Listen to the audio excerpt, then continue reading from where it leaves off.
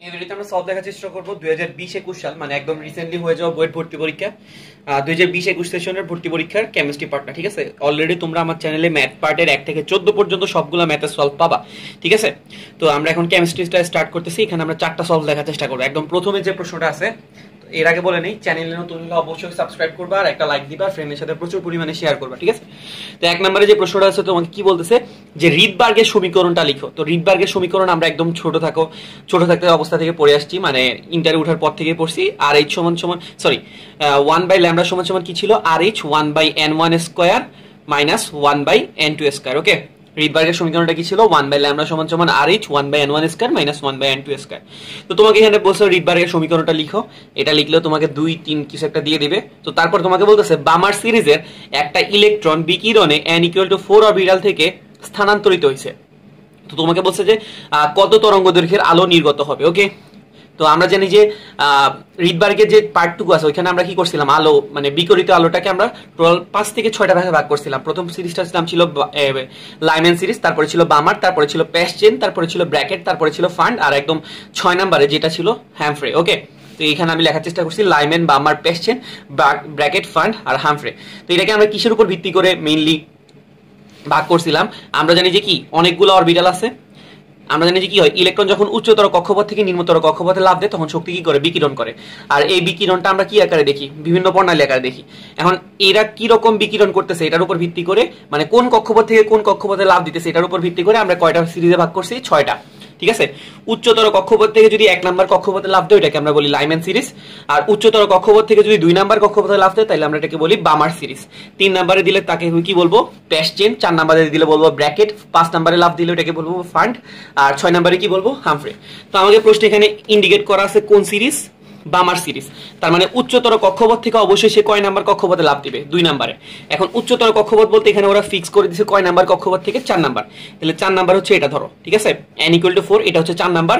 এখান থেকে লাফ দিচ্ছে কয় নাম্বারে, 2 নাম্বারে, মানে বামার সিরিজের জন্য। ওকে, তাহলে n1 হচ্ছে কত, 2, আর n2 টা হচ্ছে কত, 4। ঠিক আছে, n1 আর n2 কেমনে চুজ করব, n1 হচ্ছে যেই কক্ষপথে আসবে আর n2 টা হচ্ছে যেই কক্ষপথ থেকে আসবে। ঠিক আছে, তা আমরা দেখতেছি 4 নাম্বার কক্ষপথ থেকে কয় নাম্বার কক্ষপথে আসতেছে, 2 নাম্বার কক্ষপথে। ঠিক আছে, এই কারণে n1 টা হচ্ছে 2 আর n2 টা হচ্ছে কত, 4। তা আমরা জাস্ট কি করলাম, এই সূত্রটার মধ্যে রিডবার্গের সমীকরণের সূত্রটার মধ্যে মান বসে দিলাম। রিডবার্গের ধ্রুবকের মান ছিল কত, 10, 96, 78। ঠিক আছে, রিডবার্গের ধ্রুবকের মানটা কি ছিল, 10, 96, 78। এখানে একটু খেয়াল করো, রিডবার্গের ধ্রুবকের মানটা ছিল 10, 96, 78। এককটা হবে পার সেন্টিমিটার। কি ছিল, পার সেন্টিমিটার। আর যদি তুমি এটাকে পার মিটার এককে বসাইতে হয় তাহলে তোমাকে আরো ডাবল 0 দিতে হবে। ঠিক আছে, তা আমরা মেইনলি সেন্টিমিটার রাখি, কোনো সমস্যা নেই। 10, 96, 78। তারপর হচ্ছে n1 এর মানটা হচ্ছে কত, 2, আর n2 এর মানটা হচ্ছে কত, 4। বসাইলাম। এখান থেকে 1/λ আছে, পর এটাকে ইনভার্স করে দিলে ল্যামডার মানটা আমরা ইজিলি পাই যাব। এবং অবশ্যই ল্যামডার এককটা কিসে আসবে, সেন্টিমিটারে। ওকে, ল্যামডার এককটা কিসে আসবে, সেন্টিমিটারে। কারণ আমরা এই ধ্রুবকের যে মানটা বসেছি এটা কোন এককে বসেছিলাম, সেন্টিমিটার এককে। এখন আমাকে বলতেছে কি, কিসে নিতে, ন্যানোমিটারে নিতে। ওকে, তো সেন্টিমিটার থেকে ন্যানোমিটারে কেমনে নেই, 1 সেন্টিমিটার মানে হচ্ছে কত, 10⁷ ন্যানোমিটার। ঠিক আছে, 1 সেন্টিমিটার মানে কত ন্যানোমিটার, 10⁷ ন্যানোমিটার। এটা আমাদের যাদের মনে নাই, আমাদের তো অ্যাটলিস্ট 1 মিটার মানে কত ন্যানোমিটার এটা মনে আছে, 10⁹ ন্যানোমিটার। তো তুমি চাইলে কি করতে পারো, সেন্টিমিটার থেকে প্রথমে মিটারে নিতে পারো, 100 দিয়ে ভাগ করে, দেন 10⁹ গুণ করতে পারো। অথবা ডিরেক্টলি এটার সাথে কি করে দিবা, সেন্টিমিটারের সাথে 10⁷ গুণ করে দিবা। তাহলে 10⁷ যদি গুণ করো তাহলে tan 1/5 আর 10⁷ গুণ হয়ে কি হয়ে যাবে, 100। 100 সাথে 4.86 যদি গুণ করো কি হয়ে যাবে, 486। ঠিক আছে, তাহলে আমাদের কি দাঁড়াইছে, 486 ন্যানোমিটার। ওকে, এটা কিন্তু দৃশ্যমান আলো এবং এটা মেবি আসমানি বা সবুজ কিছু একটা, আসমানি মেবি। ঠিক আছে, তো এটা তোমাকে প্রশ্নে এত কিছু জিজ্ঞেস করে নেই। তো তোমাকে প্রশ্নে বলছিল রিডবার্গের সমীকরণ লিখতে, লিখলাম আর তরঙ্গ দৈর্ঘ্যটা বের করতে করলাম। ওকে, আর এটা ছিল ফার্স্ট প্রশ্ন। সেকেন্ড প্রশ্ন তোমাকে কি বলাইছে, একটা বিক্রিয়ার তাপমাত্রা 427 ডিগ্রি সেলসিয়াস থেকে 527 ডিগ্রি সেলসিয়াস করা হলো। তো তোমাকে বলছে হার ধ্রুবকটা কয় গুণ হয়ে গেছে, দ্বিগুণ। তো তোমাকে বলছে সক্রিয়ণ শক্তি কত। ঠিক আছে, একটা বিক্রিয়ার তাপমাত্রা 727 ডিগ্রি সেলসিয়াস থেকে 527 ডিগ্রি সেলসিয়াস করা হলো, তো হার ধ্রুবকটা হয়ে গেছে দ্বিগুণ। তোমাকে বলতেছে সক্রিয়ণ শক্তি কত।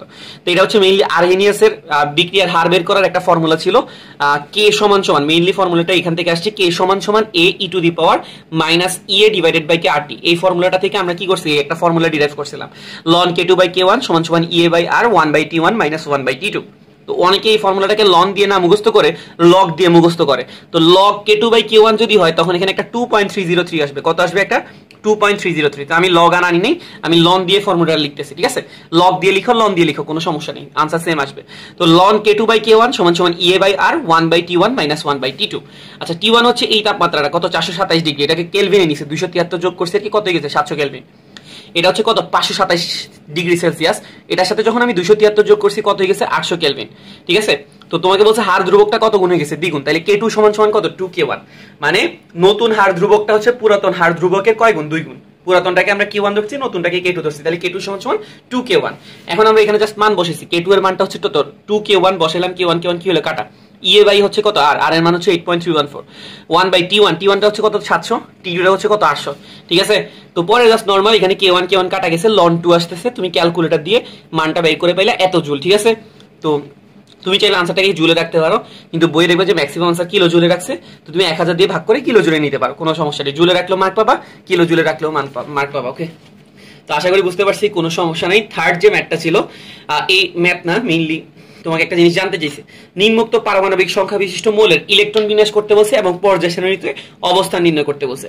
তোমাকে একটা মৌল দেওয়া আছে কত, 38 ইলেকট্রন বিশিষ্ট, আর একটা হচ্ছে কত, 54 ইলেকট্রন বিশিষ্ট, ঠিক আছে? একটা হচ্ছে 38 ইলেকট্রন বিশিষ্ট, আর এটা হচ্ছে 54 ইলেকট্রন বিশিষ্ট। তো আমাদের ম্যাক্সিমামেরই ঝামেলা হয়েছে কেন, কারণ আমরা 36 পর্যন্তই পারি ম্যাক্সিমাম। অনেকে হয়তো 54টা চিনে গেছে, কেন, কারণ এটা নিষ্ক্রিয় মৌল, ঠিক আছে না?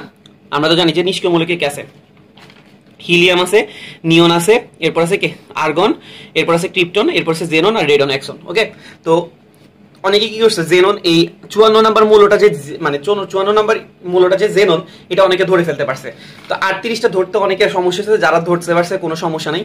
তুমি যদি কি করো, এই মূলটার নাম লিখতে বলছে, প্রথমে কি বলছে, ইলেকট্রন বিন্যাস এবং পর্যায় সারণীতে অবস্থান, তোমাকে কিন্তু অবশ্যই নাম লিখতে হবে, ঠিক আছে? 38 যার, ওটা হচ্ছে স্ট্রনশিয়াম, এটা আমি নিজেও জানতাম না, মুখস্থ ছিল না, আমি অলরেডি দেখে তারপরে মানে নামটা মনে করা লাগছে, ঠিক আছে? এটা ম্যাক্সিমাম মানুষেরই নাম মনে নেই, হয়তো ইলেকট্রন বিন্যাস করতে পারছো, ঠিক আছে? কারণ 38 দেওয়া আছে, তুমি ইলেকট্রন বিন্যাস করতেই পারবা, ঠিক আছে? 54 এটা ইলেকট্রন বিন্যাস করতে বলছে, দেন আমাকে বলছে গ্রুপ আর পর্যায়টা বের করতে। আচ্ছা আমরা একটু দেখি, ইলেকট্রন বিন্যাস তো 1:2:2p6 3:3p6, এইটুকু পর্যন্ত কোনো সমস্যা নেই।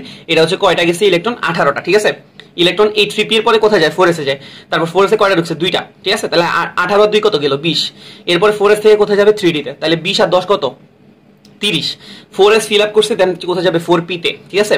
4p তে, তো 4p তে কয়টা ঢুকবে, 6টা, তাহলে গেল কয়টা, 36টা।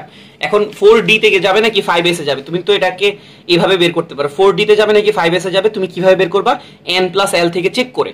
যেমন 4d এর n+l এর মান যদি চেক করো, 4d এর জন্য n এর মান হচ্ছে 4, আর d এর জন্য l এর মান হচ্ছে কত, 2, তার মানে আলটিমেটলি কত আসছে, 6।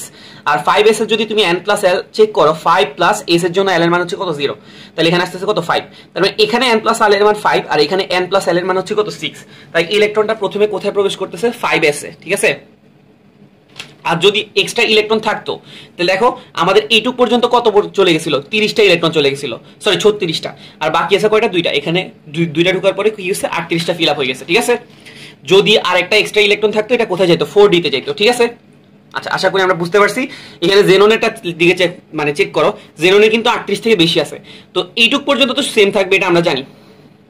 4p6 পর্যন্ত কয়টা গেছে, 4p6 এর পরে 5s2 তে গেছে, তখন ওর কয়টা হয়েছে, 38টা, ঠিক আছে?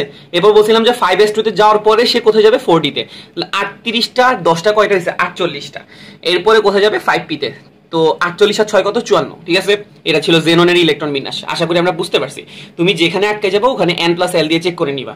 আচ্ছা এটা কয় নাম্বার গ্রুপ আর এটা কয় নাম্বার পর্যায়ে, এটা আমরা কেমনে চেক করবো, দেখো এটা সবার শেষে কক্ষপথে ইলেকট্রনটা মানে কয় নাম্বারে আছে, এস এ 2টা অরবিটাল ইলেকট্রন আছে, ঠিক আছে? তাহলে আমরা বুঝতেছি এটা কয় নাম্বার গ্রুপ, 2 নাম্বার গ্রুপ, ওকে? এবং এটা একটা এস ব্লক মৌল, ওকে? কারণ আমরা জানি যে এস ব্লক গুলো কত নাম্বার গ্রুপ, 1 নাম্বার আর 2 নাম্বার গ্রুপ হয়, ঠিক আছে? আর 5 নং পর্যায়ে এটা তো বুঝতেছই, কারণ এখানে সর্বশেষ কক্ষপথ কত, 5, পর্যায় কত, 5। এখানে দেখো পর্যায় কত, 5 দিলাম। আর এটা 18 নাম্বার গ্রুপ কেন, কারণ আমি তো তোমাকে অলরেডি বলে ফেলছি এটা একটা নিষ্ক্রিয় মৌল, ওকে? নিষ্ক্রিয় মৌল বলে কয় নাম্বার গ্রুপে অবস্থান করে, 18, ঠিক আছে? তো এছাড়া তুমি এগুলো চেক করে বলতে পারবা। এ দেখো 6 2 কত, 8, 8 আর 10 কত, 18, ওকে? তো আশা করি আমরা বুঝতে পারছি। 3, তারপরে আমরা এবার যাবো হচ্ছে কত, 4 নাম্বার প্রশ্ন। এটাতে অনেকের হয়তো একটু প্রবলেম হয়েছে, এটা আমরা একটু সলভ করার চেষ্টা করি। তো তোমাকে প্রশ্নে কি বলা হয়েছে, সালফিউরিক অ্যাসিড মিশ্রিত পানিতে এসটিপি তে 300 ml হাইড্রোজেন তৈরি মানে উৎপন্ন করা হয়েছে, ঠিক আছে? তো তোমাকে বলছে 1 ঘন্টা তড়িৎ চালনা করলে প্রবাহ মাত্রা কত, ওকে? আমি যদি এখানে প্রশ্নে কোনো মান ভুল করে থাকি তাহলে আমাকে অবশ্যই জানাবা, ঠিক আছে? তো তোমাকে এখানে কি বলছে, সালফিউরিক অ্যাসিড মিশ্রিত পানিতে তুমি কি করছো, বিদ্যুৎ চালনা করছো আর কি। কত ml হাইড্রোজেন তৈরি করা হয়েছে, 300 ml হাইড্রোজেন তৈরি করা হয়েছে। তোমাকে বলতেছে প্রবাহ মাত্রাটা কত, ঠিক আছে? তো আমরা মেইনলি কার মধ্যে বিদ্যুৎ চালনা করছি, পানির মধ্যে। পানিটা কি মিশ্রিত ছিল, সালফিউরিক অ্যাসিড। কারণ আমি তোমাকে একটু বলি, কারণটা হচ্ছে নরমালি পানি কিন্তু আয়নে বিশ্লেষিত হয় না, একদম বিশুদ্ধ যে পানিটা আছে, ঠিক আছে, একদম বিশুদ্ধ অবস্থার পানি কখনোই কি হবে না, H+ আর OH- দিবে না, ঠিক আছে? তাকে H+ আর OH- দেওয়া মানে যাওয়ার জন্য একটা হালকা পরিমাণ ভেজাল বা অ্যাসিড মিশাইতে হবে। তো আমি এখানে সালফিউরিক অ্যাসিড মিশিয়েছি, তো পানিটা কি হয়ে গেছে, H+ আর OH- বিশ্লেষিত হয়ে গেছে, ঠিক আছে? তো আমরা জানি যে অ্যানোডে কে যাবে অ্যানায়ন, ক্যাথোডে কে যাবে ক্যাটায়ন।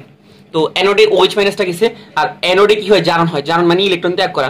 তো OH একটা ইলেকট্রন ত্যাগ করে তো কখনোই পানি তৈরি করতে পারবে না। তাহলে এখানে 4টা OH আনছি, 4টা OH 4টা ইলেকট্রন ত্যাগ করছে, 2টা পানি আর একটা অক্সিজেন তৈরি করছে নরমাল বিক্রিয়া, ঠিক আছে? আচ্ছা, ক্যাথোডে কি হইছে, তোমার হাইড্রোজেন আয়ন ইলেকট্রন গ্রহণ করছে। এখন এখানে যতগুলো ইলেকট্রন ত্যাগ করবে সেম সংখ্যক ইলেকট্রন এখানে গ্রহণ করাইতেই হবে। তো আমি এই জন্য এই বিক্রিয়াটাকে মেইনলি 2 দিয়ে গুণ করে দিচ্ছি, ঠিক আছে? আচ্ছা, তাহলে এখানে কি হইতেছে, 4টা ইলেকট্রন কাটা যাচ্ছে, 4টা হাইড্রোক্সিল আয়ন 4টা হাইড্রোজেন আয়ন বিক্রিয়া করে 2টা পানি একটা অক্সিজেন আর 2টা হাইড্রোজেন তৈরি করছে। তো 4টা হাইড্রোজেন আর 4টা হাইড্রোক্সিল তো আমরা 4টা পানি লিখতে পারি। এখানে আছে 2টা পানি, তো 2টা পানিকে পাশে নিয়ে আসলে তাহলে 2টা পানি থাকে, 2টা পানি থেকে কি তৈরি করতেছে, 2টা হাইড্রোজেন আর 2টা একটা অক্সিজেন। এটা নিয়ে আশা করি কারো কোনো সমস্যা নাই। এখানে তোমার টোটাল কয়টা ইলেকট্রন প্রবাহিত হয়েছে, 4টা। তাই আমরা এখানে বলতে পারি এখানে কত ফ্যারাডে বিদ্যুৎ প্রবাহিত হবে, 4 ফ্যারাডে। যত মোল ইলেকট্রন প্রবাহিত হবে তত ফ্যারাডে বিদ্যুৎ উৎপন্ন মানে বিদ্যুৎ লাগবে, ঠিক আছে? তাহলে এখানে কয় ফ্যারাডে বিদ্যুৎ লাগবে, 4 ফ্যারাডে। আচ্ছা, এখানে হাইড্রোজেন যে তৈরি হলো, এই হাইড্রোজেনটা কতটুকু তৈরি হয়েছে প্রমাণ অবস্থায়, 2 মোল হাইড্রোজেন। আর আমরা জানি যে 1 মোল মানে হচ্ছে 22.4। 1 মোল মানে হচ্ছে কি, 1 মোল মানে হচ্ছে কত, 22.4 লিটার। তো এখানে কয় মোল আছে, 2 মোল, তাই 2 গুণ 22.4। তো আমরা এখান থেকে কি লিখতে পারি, 2 গুণ 22.4 লিটার হাইড্রোজেন উৎপন্ন হয়েছে কতটুকু বিদ্যুৎ পরিবহন করার জন্য বা কতটুকু চার্জ পরিবহন করার জন্য, 4 ফ্যারাডে। তাহলে 1 কতর জন্য, আর প্রশ্নে আমাকে বলতেছে কতটুকু হাইড্রোজেন তৈরি হয়েছে, 300টাকে আমি লিটারে নিয়ে গেছি 0.3। তাহলে 0.3 লিটার তৈরি হবে কতটুকু বিদ্যুৎ পরিবহনের জন্য, জাস্ট ওই নিয়ম করে ক্যালকুলেশন করলাম। তো এখানে আমরা যেটা পাইছি এটা হচ্ছে চার্জ, তো কিউ সমান হচ্ছে আইটি। তো প্রশ্নে আমাকে তড়িৎ প্রবাহ বের করতে বলছে, আই সমান কিউ/টি, কিউ তো এটা, আর সময় আমাকে বলতেছিল কতক্ষণ, 1 ঘন্টা। তাহলে টি এর মানটা আমরা কত বসে দিছি, 60 সেকেন্ড। তাহলে আমাদের এখানে 43 অ্যাম্পিয়ার টাইপের কিছু একটা মান আসবে। তো আশা করি আমরা বুঝতে পারছি। কারো কোনো সমস্যা থাকলে আমাকে অবশ্যই জানাবা, এবং আরো সলভের জন্য অবশ্যই চ্যানেলের সাথে থাকবা, ঠিক আছে? ভিডিও দেখার জন্য ধন্যবাদ। কোনো সমস্যা থাকলে জানাইতে পারো। Facebook group page, Telegram group সবকিছু লিংক তুমি ডেসক্রিপশনে পাবা। ওকে, আল্লাহ হাফেজ।